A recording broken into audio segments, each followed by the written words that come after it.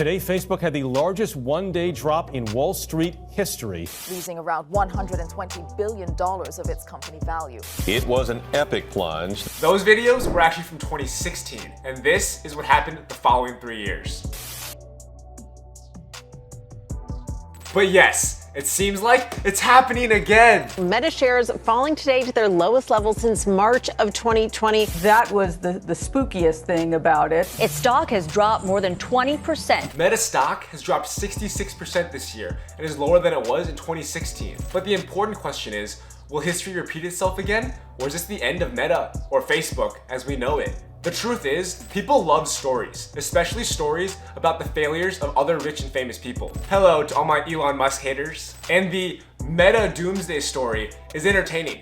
The story in one sentence is, Facebook is dead because of TikTok and Apple, and the metaverse is a waste of money. All parts of the story have some grain of truth, which is why they feel correct and are believable. But if you look a little closer into the nuance, things aren't as bad as they seem. And we know Zuck always has something up his sleeve. So let's dig a little deeper into the story.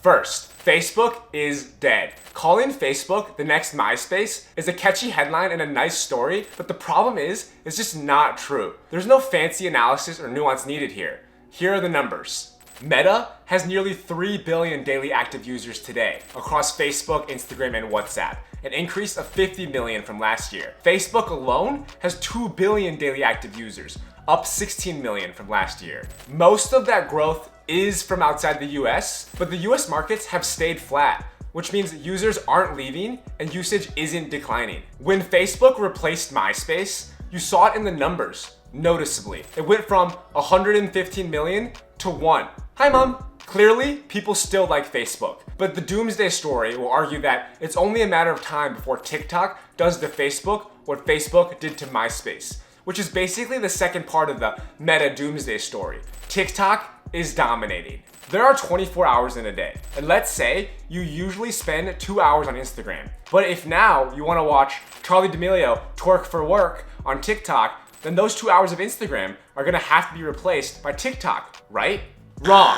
You would actually just skip chemistry class and soccer practice to clear up 2 more hours in your day, which would give you enough time for both Instagram and TikTok. And that is exactly what we're seeing. TikTok is growing the overall pie for social media, not eating into Meta's portion of it. Time spent on Instagram and Facebook are both up from last year in the US and globally. And let's not forget, Mark Zuckerberg is the master of copycatting good ideas. Instagram stories, Facebook Marketplace, Messenger Rooms are all just copies of Snapchat stories, Craigslist, and Zoom. Even the idea for Facebook was copied. I'll bet what you hated the most is that they identified me as a co-founder of Facebook, which I am. And the second that TikTok became popular, you guessed it, Zuckerberg released a copy, Instagram Reels, and it is doing well. There are more than 140 billion Reels played across Facebook and Instagram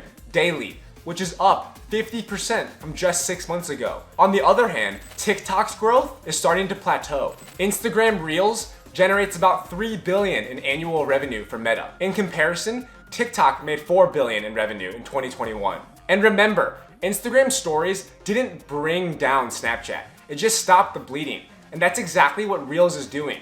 It won't surpass TikTok anytime soon, but it is a real product that's growing, keeping users and their attention and holding down market share for Meta.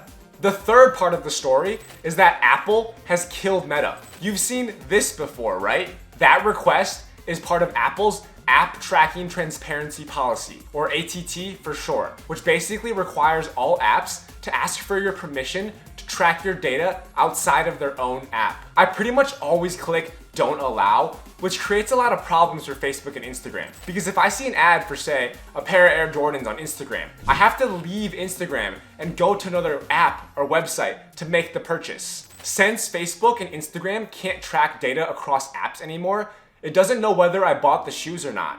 So it doesn't know whether the ad worked or not.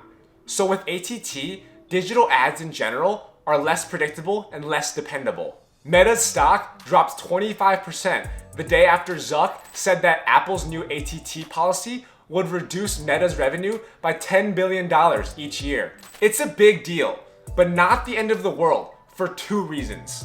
First, Meta is still the leader in digital advertising. ATT didn't just apply to Meta, it applied to everyone. And ATT didn't kill digital advertising, it just made it less effective than before. So the net effect here is that everyone has gotten worse off, but Meta is still a leader, if not the leader in digital advertising. Meta brought in $27 billion in advertising revenue last quarter, which was only down a little bit from last year, despite the drastic change from ATT. Second, Meta is best equipped to find a long-term workaround to ATT. Meta has tried a few small things, like moving more conversions onto their own platform, but the real secret sauce is in their investment in artificial intelligence research, which brings us to the last part of the Meta Doomsday story. The metaverse is a waste of money. That may or may not be true. Who knows how the metaverse actually plays out, but that's not really what everyone is concerned about. The real concern is how much money Zuck is pouring into such an uncertain project. Zuck wants to spend $10 billion a year on metaverse research, and then another $32 billion on developing the artificial intelligence infrastructure that can support and enhance it. The metaverse is cool, but that does seem like a lot of money and time spent just to have some derpy kid cussing me out through his digital avatar. And I guess some good family bonding time too. But that's not the full story, because a large portion of that spending, specifically the $32 billion in AI research, kills two birds with one stone. Because investing in AI is also the best way to beat TikTok and ATT. One of the reasons TikTok is so popular and addictive is that its AI-driven content algorithm is so good at figuring out what videos you'll like. So the best way for Instagram Reels to compete is by improving its own AI algorithm to get better at figuring out what videos you'll like.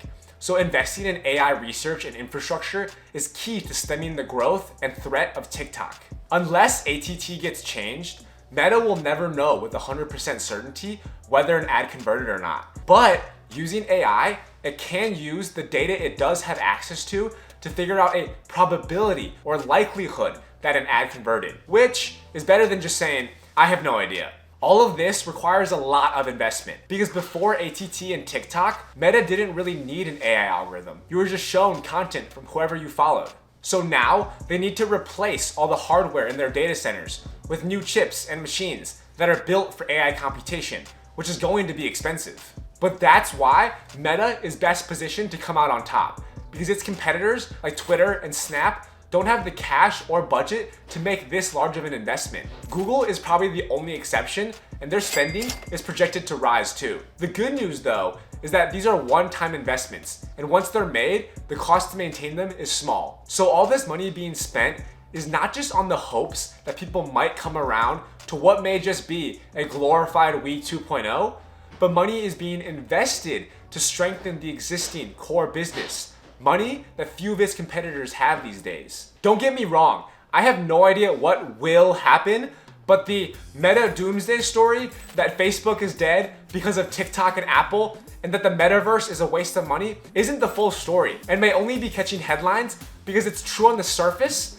and it makes us feel good to think that Mark Zuckerberg's an idiot. Zuck is partially responsible for this narrative. He's the one who renamed the company and made it pretty clear that the metaverse is the #1 priority. But looking deeper into the nuance, people still like Facebook.